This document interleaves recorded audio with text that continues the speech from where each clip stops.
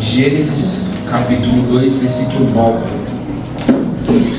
O Senhor fez com que ali crescesse uma árvore linda de todos os tipos, que davam frutas frutas boas de se comer. No meio do jardim ficava a árvore que dá vida, e também a árvore que dá o conhecimento do bem e do mal. Pode se assentar.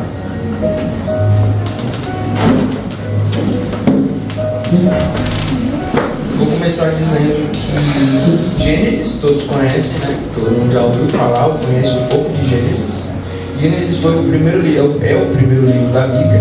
Ele conta como o mundo foi criado e as primeiras leis, as primeiras alianças, o primeiro contato que Deus teve com a humanidade, porque foi desde o princípio, né? Gênesis significa princípio, se eu não me engano. O Gênesis foi escrito por Moisés em torno de 1449 ou 46 a.C. Gênesis também faz parte do Pentateuco, o livro das leis. Os 5 primeiros livros é o Pentateuco. Essa palavra eu vinha refletir há um tempo, porque o que significava ter aquela árvore do conhecimento do bem e do mal? Por que dentre todas as árvores? Porque ela era a única que a gente não podia comer. Porque ela era a única que Deus falou, você não pode, senão você vai morrer.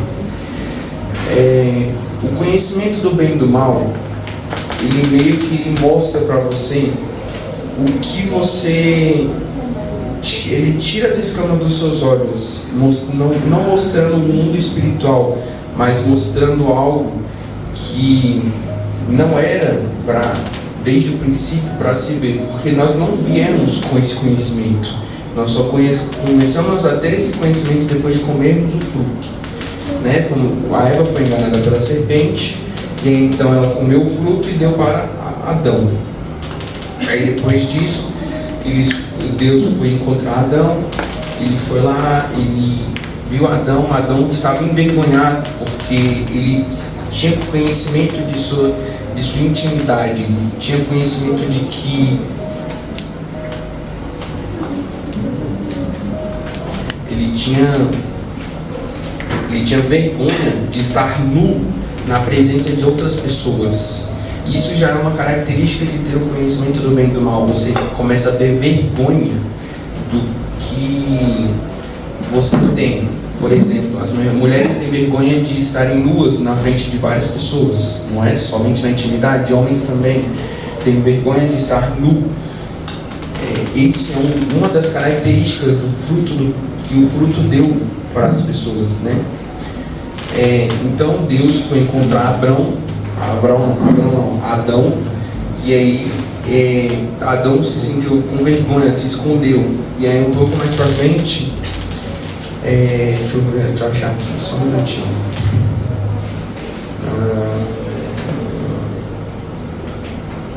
No capítulo 3,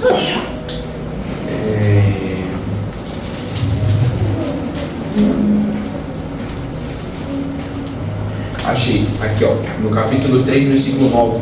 Mas o Senhor Deus chamou o homem e perguntou: onde você está?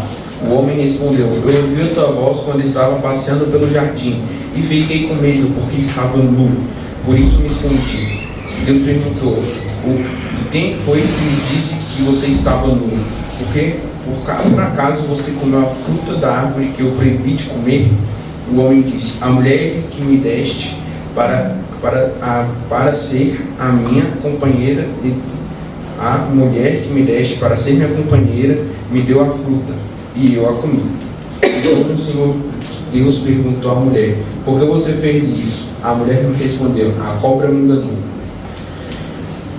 Como eu dito, a serpente, ela chegou na mulher e disse que ela não ia morrer, disse que ela ganharia conhecimento. Aqui no capítulo 3, no versículo 1, a cobra era o animal mais esperto que o Senhor Deus havia feito. Ela perguntou à mulher: é verdade que Deus mandou que você não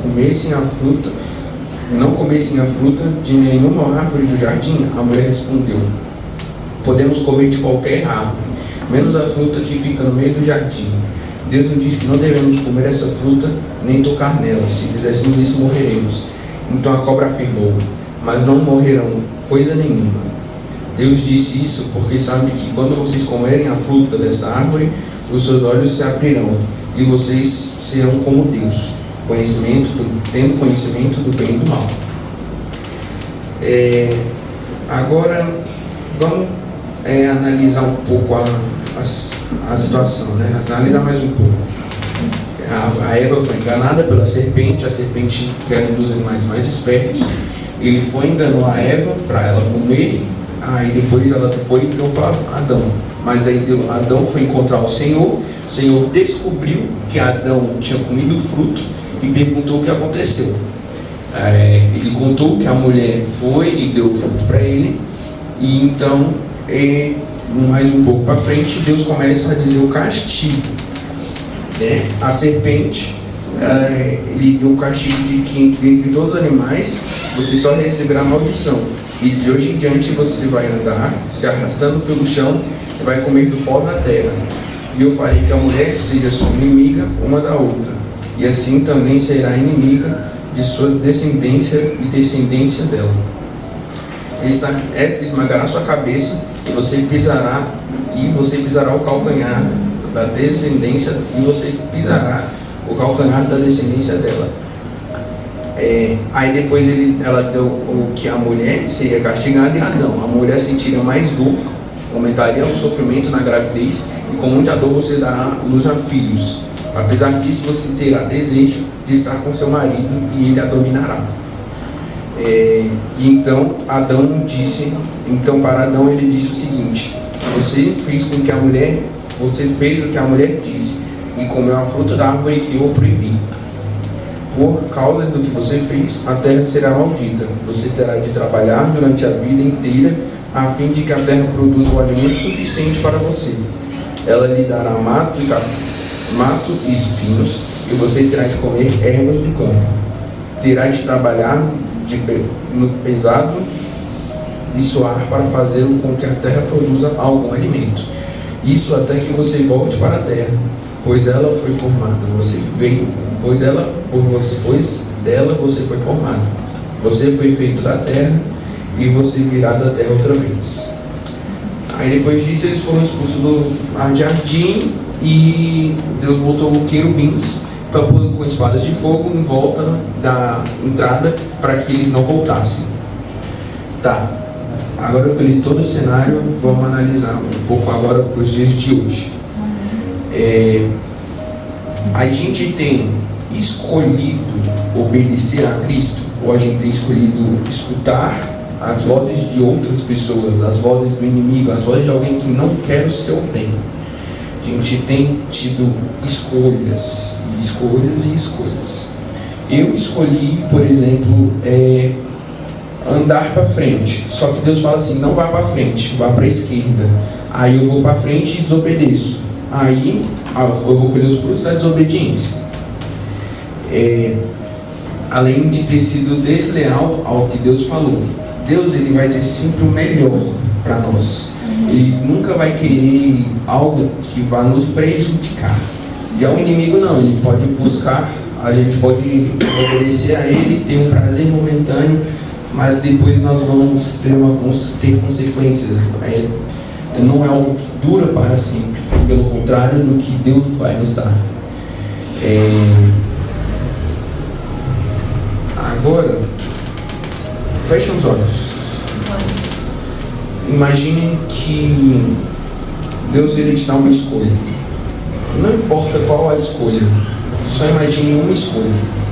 Deus ele escolhe algo para o seu bem, mas aí chega uma outra pessoa que se diz mais inteligente, mais estudiosa, que conhece mais das coisas do que você, e diz para você fazer o contrário do que Deus falou para você fazer.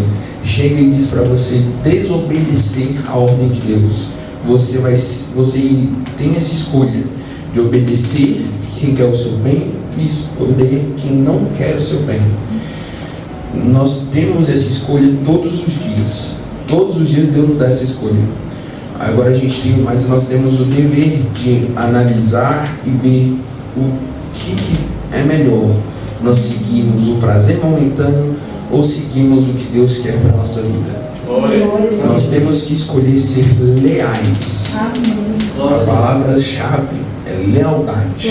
Nós temos escolhido ser leais a Deus, leais às promessas que Ele nos fez. Escolhemos ser leais a tudo que Deus tem para nos dar nessa vida. E se tudo der certo, nós desfrutarmos do prazer eterno de estar com Ele, ou nós vamos ter deslealdade, escolher não seguir o que Deus quer, escolhermos algo que no momento pode ser bom, pode durar até bastante tempo, na verdade, mas no final, quando nós morrermos, sermos julgados e não encontrarmos Deus no paraíso, mas irmos para encontro com aqueles que são pecadores, aqueles que são desleais a Deus.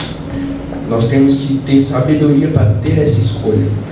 A Eva e o Adão pecaram no início e eles escolheram a deslealdade a Deus. E os frutos disso foram as maldições. Deus amaldiçoou eles, tirou eles do jardim, porque eles foram desleais a Deus. Se eles tivessem sido leais, talvez até hoje nós estaríamos no jardim, caminhando ao lado de Cristo, conversando com Ele todos os dias. Mas a nossa descendência, Eva e Adão, escolheram ser desleais. Nós temos o dever de sempre escolher a Deus, não importa o que aconteça. Porque Ele, como dito na própria Bíblia, Ele é o caminho, a verdade e a vida. Ninguém vai ao Pai senão por Ele. Aleluia, glória a Deus. Vamos fazer uma oração, vamos ficar de pé, por favor. Para você que nos assiste, uma boa noite, que Deus possa tocar você, que Ele possa te dar o conhecimento para você fazer uma boa escolha de seguir ao lado dele. Boa noite.